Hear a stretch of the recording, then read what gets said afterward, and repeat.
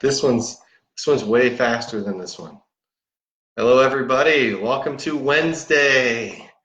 It is our Wellness Wednesday. Now, I didn't give you one last week. I was on vacation. I literally took some time away and I didn't do any work. I didn't really do much of anything except for hanging out with my family. So I wanted to set the stage for what we were going to cover the rest of September. See, I was in my clergy session or clergy cluster, and someone had mentioned that they were in this 32-week, I believe, maybe more intensive on the story. The story is written by Max Lucado and Randy Frazee, and basically it is how God's purpose is through the entire book of Scripture, and then it is still going on.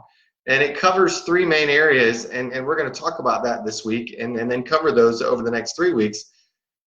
God's purpose throughout the Old Testament for his people, God's purpose for Christ in the world, and then God's purpose for us. And how does that all tie together with our purpose right now? If you were part of the group that we just came from, okay, we were just covering, we just did Enough, based around Adam Hamilton's book Enough. And one of the things that Adam constantly talked about, and I've talked about it before, is that if we don't know our purpose and we don't have a course that's leading us into this purpose, we tend to flounder. Now, I found this other study. Alex McElroy, he's got a study on the Bible app that is created on purpose with purpose, and he uses this illustration, and I loved it. Imagine, if you would, you have a toy. If you have little kids, or if you've been a little kid, there's a battery piece on the back, and a lot of times you have to find a way to unscrew the screw to put batteries in it. And a lot of times you reach, and you just grab a butter knife. And so you grab this butter knife and you twist and twist and twist and twist, and you finally get the screw out. Well, you get the screw out, you replace the batteries, use the butter knife again to tighten it back down with, and then you find that the toy works just fine. The impact of this is the fact that it's a butter knife, and it unscrews a screw. Now, it is able to perform the task of opening the screw and opening the battery case. However, that is not what the butter knife was designed to do. The butter knife was designed to spread bread with butter, or spread butter on bread. Spread butter on bread. Let's go with that one. It's meant to spread butter on bread. And so what we find ourselves doing that in our lives. Our lives are being lived as butter knives that are being used as screwdrivers. In other words, we don't like our job. Over 70% of Americans in a recent study said that they dislike their job. 70% dislike their job. Now, that can mean a lot of things. It can mean that, well, you think you're doing the right thing and you're in the right place. However, you really hate your boss. It could mean that you're not in the right thing. You love the people that you work with, but you really hate the work that you do. Whatever that means, 70% of Americans are unhappy with their job. And I'm not saying that your purpose lies in your job, because I've had to find that out a long time ago. Sometimes your purpose happens as your job happens, and you kind of are just unhappy making money, but that's not your purpose, so you're okay with it.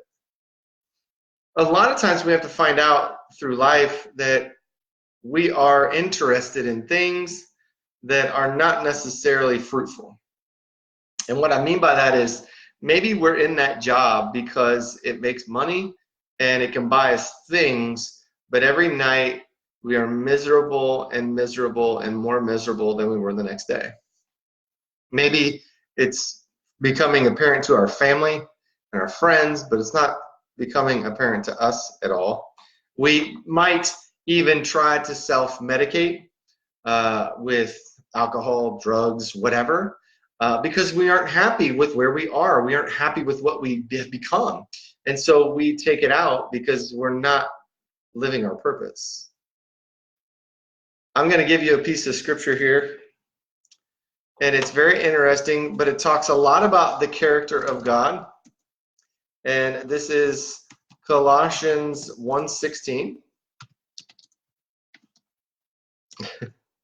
I almost submitted that with a quotation mark in there. So Colossians 1:16. Colossians 1:16.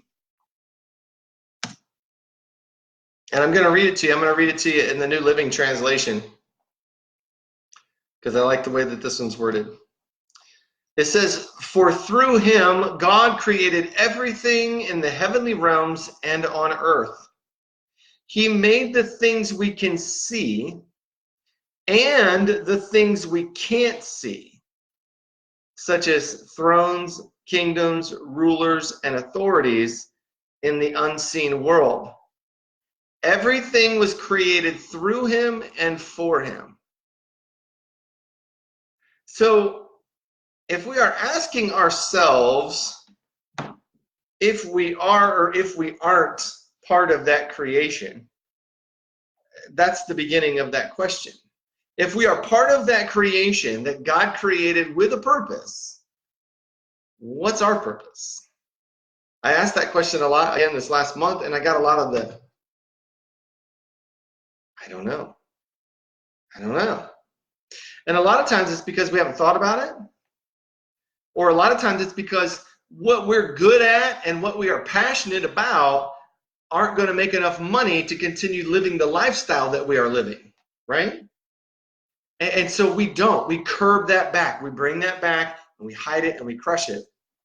But what we're doing is we're hiding and crushing our dreams and our hopes. One of the things that I told my last confirmation class, and by the way, DeGraff, we're getting ready to start another confirmation class, so make sure if you are junior high kids or higher and you want to go to confirmation class, you get a hold of me. I'll be making an announcement about that this week.